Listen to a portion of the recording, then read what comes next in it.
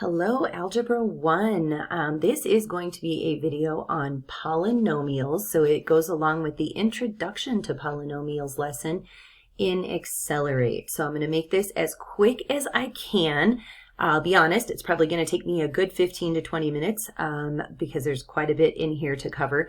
However, if you find that you want to jot down some notes at any point in time, remember you can pause this video and take all the time that you need. So let's get started. All right, first off, what we need to do, you're going to see the word term pop up every now and then. So I want to talk to you really briefly about what is a term.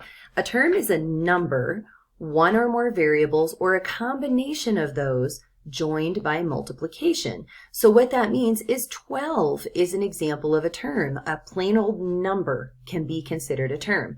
The variable x could be considered another term, right? So if you just saw an x written out there, that would constitute a term.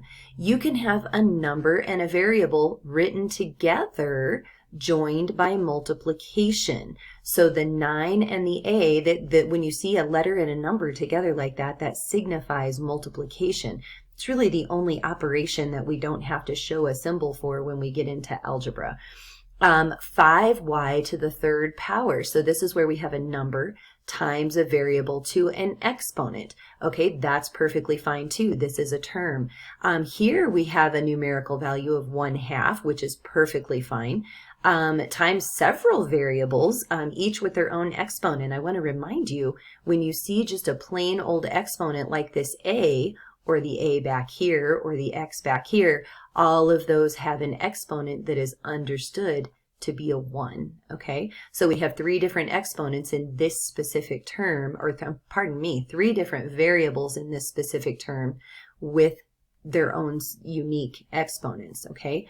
Now, these guys down here in red, these are not terms, all right? This would be considered an expression. A plus C actually has two terms in it. The A is its own term, and the C is its own term. So A plus C altogether would not be considered a term. Another thing that can't happen in a term is we cannot have a variable in the denominator for it to officially be a term. So that means this one is not a term either. The next one, 5 plus 7AD, because of this plus sign, that means we do not have a term. This whole entire thing is not a term. Now, 5 is a term all by itself, and then 7AD is a term. So this expression actually contains two terms. Okay, this one we have variable in the denominator, so it's not a term. And same thing here, variable in the denominator, so we do not have a term. Okay, all right, moving on. Expressions. Now, expressions are when we take, it can be a single term, but it can also be a number of terms that are joined together by plus and minus signs. Okay, so in this example, we have 5x, which is a term, and then 3, which is a term, and those are joined by either a plus or a minus sign, in this case a minus. So this would be considered an expression. 5x minus 3 is an expression, and it is made up of two different terms. Okay? All right, now, so one definition of a polynomial, I should have put that up there, I changed these slides a couple of times, but one definition of a polynomial, so polynomial is what we're trying to define right now. It's one or more algebraic terms in which a constant, and that constant may be a phantom 1, is multiplied by one or more variables with exponents that are non-negative integers. Now that's a mouthful, okay, I'm aware of that. So we're going to look at some really important pieces of what constitutes a polynomial, all right? You jot that down here. So we are defining a polynomial.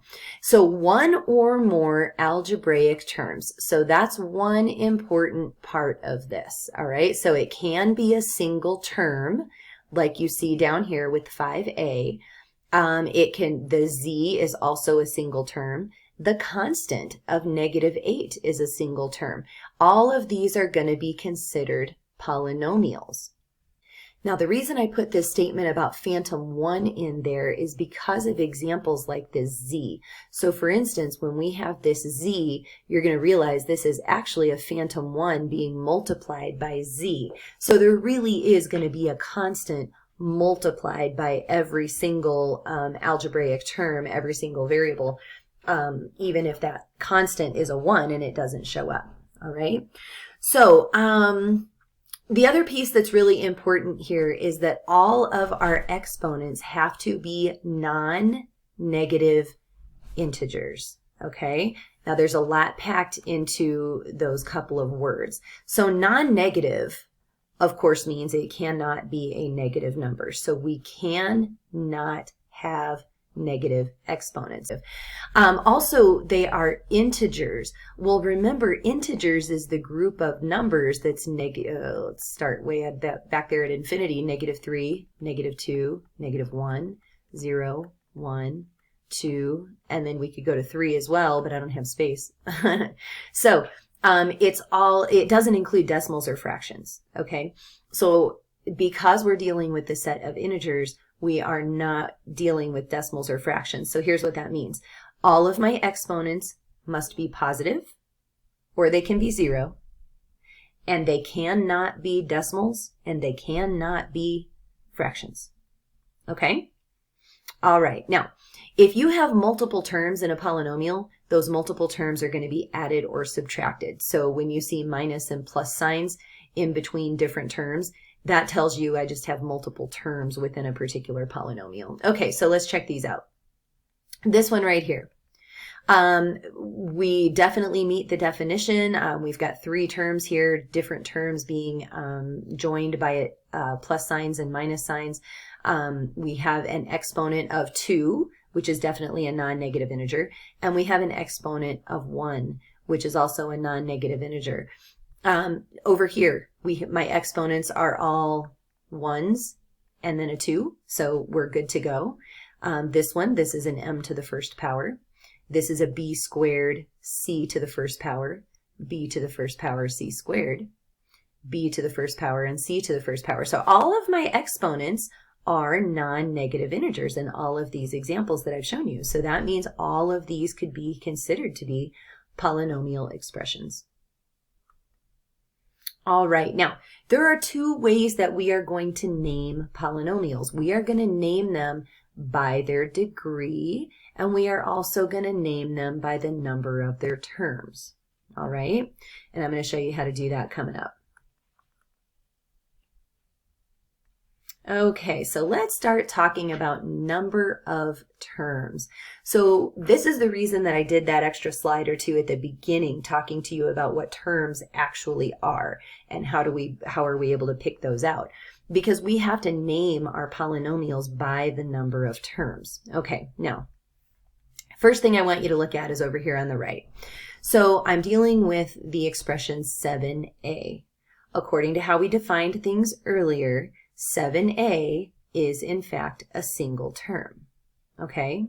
Now, we're going to call this thing, it is a polynomial, right? All of these things are grouped into the big category called polynomials, but sometimes we can call them, we have specific names for them. When we have a single term like this, we can call that a monomial. Okay, literally when you break apart that word and look at the meanings of the different components, it means one name, okay, because nomial means name, and the mono part means one. So really what this boils down to is when we have one single term, that is going to be considered a monomial, okay?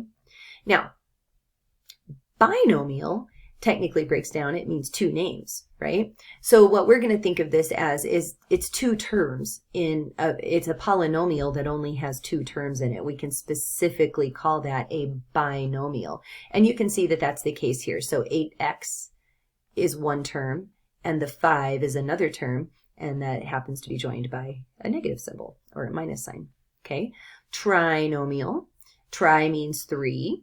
So this is 3 terms. Its technical name is 3 names, or its technical meaning is 3 names, but it's a polynomial that only has 3 terms. So tricycle, just like a tricycle has 3 wheels, a trinomial is going to have 3 terms. So you can see over here, c squared minus 9c plus 15. All of my exponents are non-negative integers. I have 3 terms, so I can call this a trinomial. Now, we get beyond a trinomial and we're pretty much just going to group them all into that great big category of polynomials. So we can have a whole bunch of terms, right? We can have 4 terms, we can have 5 terms, we can have 50 terms in one of these things.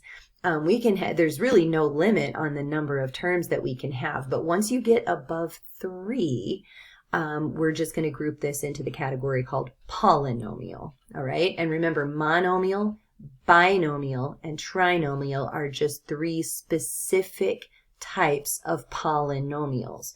But the monomial, binomial, and trinomial are considered polynomials in and of themselves. They just have special names because they have fewer terms, okay?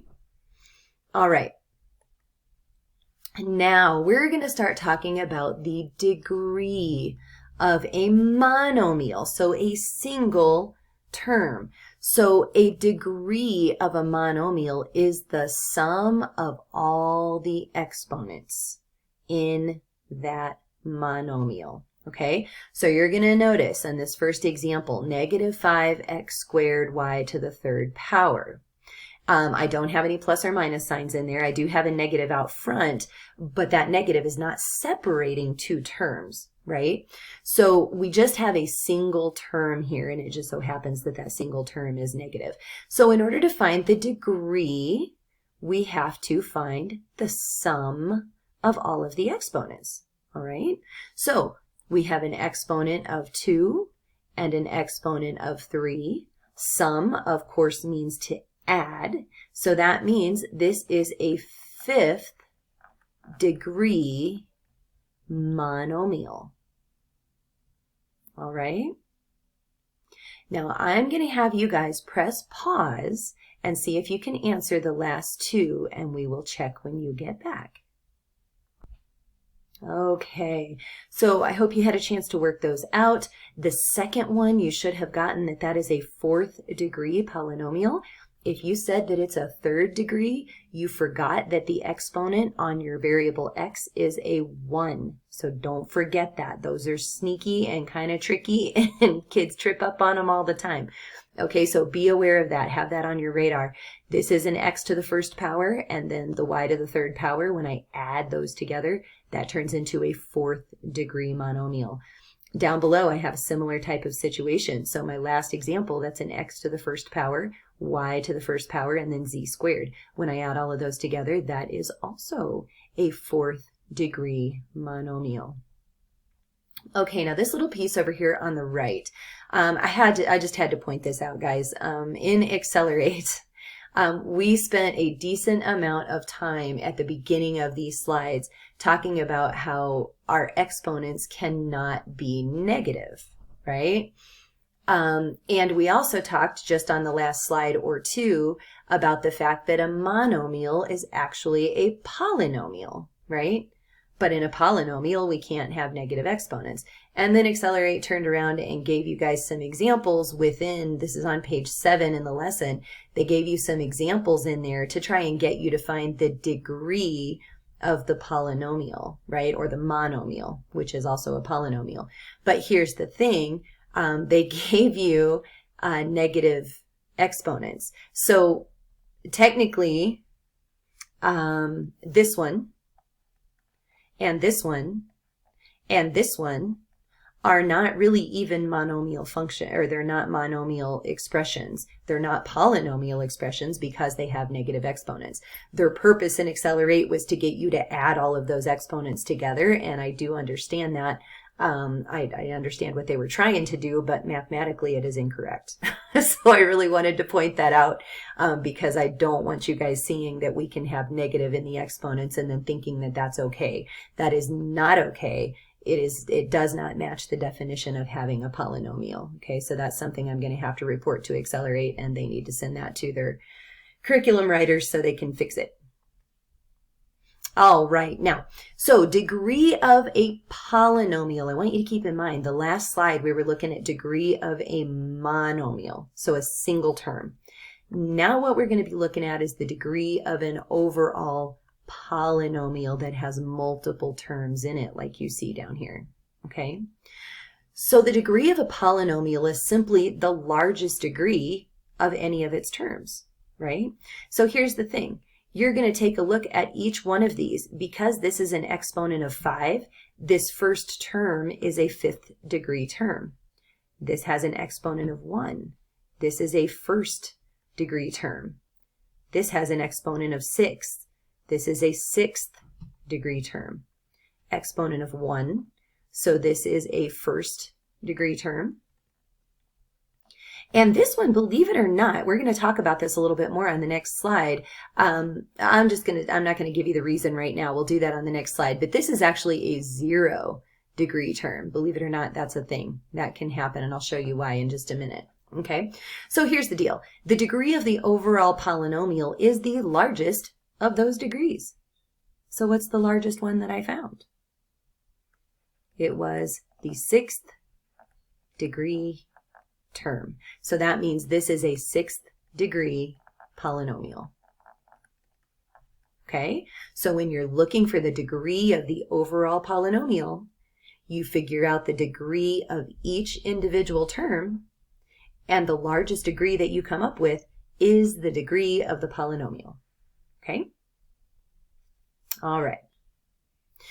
Okay, so now we're going to talk about overall degrees of polynomials and how we name these things according to degree. So this is another one of those naming pieces. Remember, we named them already by number of terms. We had a constant, no, that's on this one, sorry. We had a monomial, we had a binomial, we had a trinomial, and then we had overall polynomials. That was several slides back. At this point, now we are going to name them not by number of terms, but by their degree, okay? And degree is based on exponents. All right, now, here's what I wanted to show you. When we have a 0 degree term, like I said on the last slide, that actually is possible, all right? When we have a 0 degree term, that means we actually have a 7 times a variable, I chose x in this case, 7x to the 0 power. Well, we talked about this in a previous lesson. What actually is anything ever to the 0 power? It's 1. So this is the same thing as a 7 times 1, which of course is just 7, right? So we call that a constant. When you see a constant, I want you guys to recognize that that is actually a 0 degree term. It's referring to the fact that my exponent would have a 0 on it. And it turns it into a 1, so therefore, again, phantom 1, it doesn't show up. It doesn't have to reveal itself, okay? Now, we also have these things called linear polynomials. A linear polynomial has a highest degree of 1. Okay, so I'm showing you in this first column, I'm showing you the example, but with the variables and their exponents shown. So this is, it looks what it technically is, right? If I force all of these values to show up, this is 8x to the first power minus 5x to the 0 power. But remember, my 1 doesn't necessarily need to show up. It's a phantom 1. So 8x to the first power, we usually just see as 8x, like you see over here. And then my minus sign. And then 5x to the 0 power. Remember, the x to the 0 power is the same thing overall as just a 1. So that's 5 times 1, which gives us just 5. Okay? So the way that you would normally see this written is as 8x minus 5. Okay? So when you just see an x that you're going to understand is an x to the first power, you know that that is a linear polynomial, okay? And let's take a look at a quadratic. A quadratic, which we're going to be doing a lot more work on before the end of the year. A quadratic is a 2nd degree polynomial. So that means my highest degree term is my highest degree is going to be a 2, all right? Again, I just showed you guys that this is an x to the 0 power, which over here in the typical way that it's written would not show up at all. Remember, this is the same thing as 15 times just a plain old 1, because anything to the 0 power is 1. Okay? Now, this is in addition to naming these things by degree, but I do want to bring back, I'm going to back up a little bit here. I want to bring back to that idea of naming them by the number of terms as well. In this first one, that is a single term, so therefore this is a monomial, okay? So this is a constant that we don't usually talk about it as being a monomial, but technically it is. It's a monomial, okay? This linear expression here that we've already talked about, it has two terms. And remember, two terms, we're going to use the prefix bi, just like bicycle, the bi in bicycle, it means it has two wheels. So that means binomial means it has two terms in it. Okay, now a quadratic, this is also a quadratic binomial. It has two terms in it. So by term, it is a binomial, but by degree, it is a quadratic. So this is a quadratic binomial, okay? All right, now the next one down, my highest degree in the next one is a 3. So you can see that part right here, right? This is a third degree. When we have a third degree, we're going to call that a cubic expression, a cubic polynomial. And again, over here on the right, I just simplified that out so we didn't have to see the x to the first power. That typically doesn't show up. And we also typically do not see the x to the 0 power because that just has a value of 1. Okay, so that doesn't show up either. This one, by the way, we would call this a cubic polynomial. Remember, in terms of number of terms, a single term is a monomial, 2 terms is a binomial, 3 terms is a trinomial, but once we get bigger than that, we're just going to call them polynomials. Okay, so this is a cubic polynomial. All right, the next one down, we technically have when it's a 4th degree, we call it a quartic. When it's a 5th degree, we call it a quintic. Quartic is, you'll see that every now and then. I've hardly ever seen quintic used. So I wouldn't worry too much about that one. They have names for a whole bunch of them, 6th degree, 7th degree, 8th degree, and all that good stuff. But it's just very, very seldom utilized. So if you guys can remember for sure, constant, linear, quadratic, and cubic, you're in good shape. If you can remember quartic, that's even better. Fantastic. But above that, I honestly wouldn't worry about it too much. You're just not going to see that very much moving forward. Okay, so as we look at this one, again, just to practice with the various names that we can call the polynomials, this one has 1, 2, 3 terms, right? So just like a tricycle has 3 wheels, this 3-term polynomial is going to be called a trinomial. So it is a quartic or a 4th degree trinomial. Okay? And down here at the bottom, if we were technically going to use the word quintic, we would just call this a quintic polynomial because we have more than 3 terms. All right. So I'm going to ask you guys to name these polynomials in 2 ways. I'll go ahead and do this first one with you, and then I'm going to give you the opportunity to do a couple on your own. Okay? So this first one, what is the degree of this polynomial? So in other words, what is the highest exponent that you see? What is the highest degree term that we have here? And hopefully you're seeing that that's a 3rd degree. And what about the name for the number of terms? How many terms do we have? Well, we have 3, and that's a trinomial. So this is a cubic trinomial. That's how we name this polynomial in 2 ways. Cubic trinomial. Okay, I'm going to have you guys press pause, and I would like for you to do the same thing on this problem. Name it by both degree and by number of terms. Okay, so hopefully you had a chance to get that worked out. This one, its highest degree term is a 4. So this is a 4th degree, or a quartic, and it has 2 terms in it. And just like a bicycle has 2 wheels, a binomial has 2 terms. So this is a quartic binomial. Okay, moving on to the next slide. Sorry, this is a long video. All right, and on this one, again, name the polynomial in two ways. Press pause, get this worked out, and then you can push play again, and we'll check when you get back. Okay, I hope that you saw that the highest degree term in this particular polynomial was a second degree term. That means it is a quadratic. It has three terms. So just like a tricycle has three wheels, a trinomial has three terms. So this is a quadratic trinomial, and you are going to become really familiar with those as this year progresses. We're going to do a lot of work with those later on. Okay, here's another one. Press pause and let's see how you do. Okay, welcome back. On this one, this is a first degree. Remember that exponent of 1 does not show itself typically, but that is an exponent of 1 that's understood to be there. So this is a linear, because when it's a first degree exponent of 1, we call that a linear expression or a linear polynomial. And because there's only one term, we're going to call that a monomial. So this is a linear monomial. All right, let's try this one. Press pause. We'll check when you get back.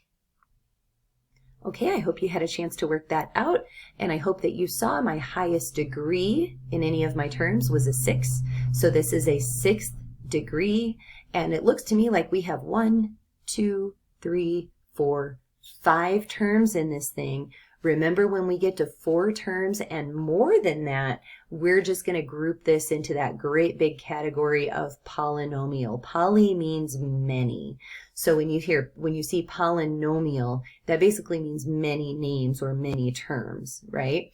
So we're just going to call this thing a polynomial. Remember, monomial is 1 term, binomial is 2 terms, trinomial is 3 terms. You get past that, let's just call it a polynomial. Okay, now, next thing I need you guys to do is to be able to write these things in standard form. This is another place where I was less than thrilled with what I saw on the Accelerate screen. In Accelerate, and I can't remember which page this is, they gave you guys some examples, and it actually said that these were written incorrectly. They weren't necessarily written incorrectly, they just weren't written in standard form. So let's talk about what standard form means. Polynomials that are written in standard form are in decreasing order by degree. Okay, so you want to start with your highest degree term written first, furthest to the left, and then you're going to decrease one by one by degree. Okay, you first off want to combine your like terms. We talked about like terms at the very, very beginning of first semester. Okay, so in order to combine like terms, remember the variables and their exponents must match identically. Then you can combine those coefficients to simplify that and make it a single term. And then the degree is going to drop from left to right. So let's check this out. This one is in standard form because this is an 8th degree. This is a 2nd degree. This one is a 1st degree. And of course, we could say this has an x to the 0 on it. So that's a 0 degree. That's my constant, which is a 0 degree. Even though I'm missing some of them, I'm missing my 7th degree and my 6th degree and my 5th degree and so on and so forth, it still is in decreasing order from left to right in terms of degree. So this one we would say is standard form. Okay?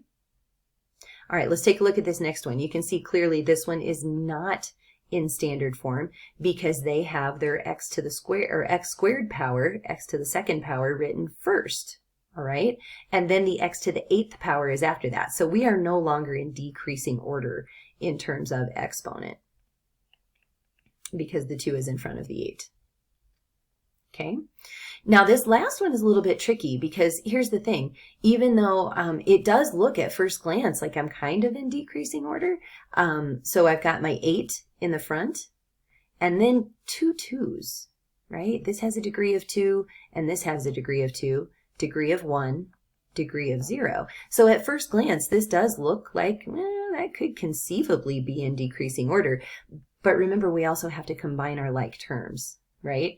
And these two do not have, those 2 terms are not combined. Those are both x to the square, or goodness gracious, I keep saying that. They're both x squared terms.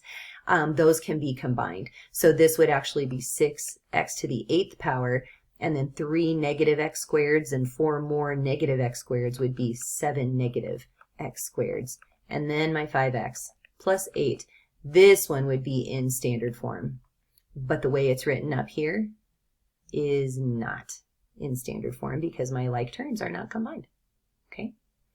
All right, now in Accelerate, the questions that they asked you guys, this is the one that I was referring to earlier where they said these were written incorrectly, and I disagree with that. I don't think they're officially written incorrectly, although they're not written in standard form, right? And we do like for things to be written in standard form. So they want us to write this in standard form. So I'm going to ask you guys to press pause and go ahead and write this in standard form for me. Okay, hopefully you had a chance to get that worked out. We want to take our highest degree term, which in this case is the 5th power, and write that one first. And then we want to go in decreasing order from there. So the 4th power would be my next one. And then my 2nd power would be the next one that I have available. And then this n to the 1st power would be my very last one. Remember, we don't always show that. We usually don't show that exponent of 1, but we want to know that it's there when we see that. So the other thing I wanted to remind you is that it is completely okay to switch the locations of these things, to flip them around. But the one thing you have to remember is when you see a minus sign, that minus sign has to travel with the thing that comes behind it. Okay, so in this case, this was negative 4n to the 4th power. And that negative traveled with my 4n to the 4th power. So I made sure that I moved the negative with the 4n to the 4th power to this position. Then when I moved my negative 9n to the 1st power to this end position, I made sure that its negative traveled with it as well. So that's really important. And a lot of kids kind of stumble over that for a little while when they're in algebra. So hopefully that's a helpful hint for you. Okay, let's try this one. Put this in standard form, please, and we'll check when you get back. Okay, go ahead and check your answer there. Really, the only two we had to flip around were the x to the 3rd power and the x to the 6th power. Those two terms, the whole terms, had to be flipped around. So 5x to the 3rd was written after x to the 6th to put it in proper standard form. All right, here's another one. Give that a shot, see how it goes. Okay, I hope you had a chance to get that one written in standard form, and you can compare your answer with what I have down here. Just a couple of reminders. Remember, the 6th power should come first, so 4x to the 6th, but really important to recognize that that negative that's in front of it has to travel with that term. It belongs to 4x to the 6th, so it has to go with it. Okay, so that's why I have negative 4x to the 6th written out in front. Then we go in decreasing order of exponents, right? So I've got an x to the 5th power. Don't have an x to the 4th, so I can't write one down. I do have a 10x to the 3rd power. There's no symbol in front of my 10x to the 3rd, and you'll notice I do have a plus sign in front of this one. But remember, my terms have to be separated by either plus signs or minus signs. And because this did not have a negative symbol in front of it, that means it's understood to be positive, right? So that's why I had to put a plus sign in front of it so that we can communicate its positivity. We certainly don't want to say it's negative when it's not. And then we also want to make sure that we're separating the terms so that that plus sign has to go there. The negative goes with the 3x. And then my plus 7 has to move at the end because that's my lowest degree term. All right, guys, I think this is the last one. Go ahead and pause and see if you can get this one written in standard form. Okay, I hope you had a chance to get that one written in standard form as well. And very similar things as to what I said the first time. The negative 2x to the 6th is actually, that's my highest degree term. The negative has to go with that though, so that's why my negative is written out in front here. These are all going in decreasing order according to the degree terms, at least that I have. The one thing I didn't mention in the last problem, and I meant to, so I'm going to mention it now. If you are rewriting these things just as a quick little check, sometimes what I'll do is go back through and I'll count my terms from my original. So I had 1, 2, 3, 4, 5 terms. So I want to go back and count then in my response and make sure that I still have 1, 2, 3, 4, 5 terms. All right, and I can see I'm in decreasing order, so I'm probably in pretty good shape here. Okay, and that's about it. So I apologize. This has turned into a 35-minute video, way longer than I wanted. Lots of information in there, though. So you should now be able to take your Introduction to Polynomials quiz. Let me know if you have any questions, and thanks for watching.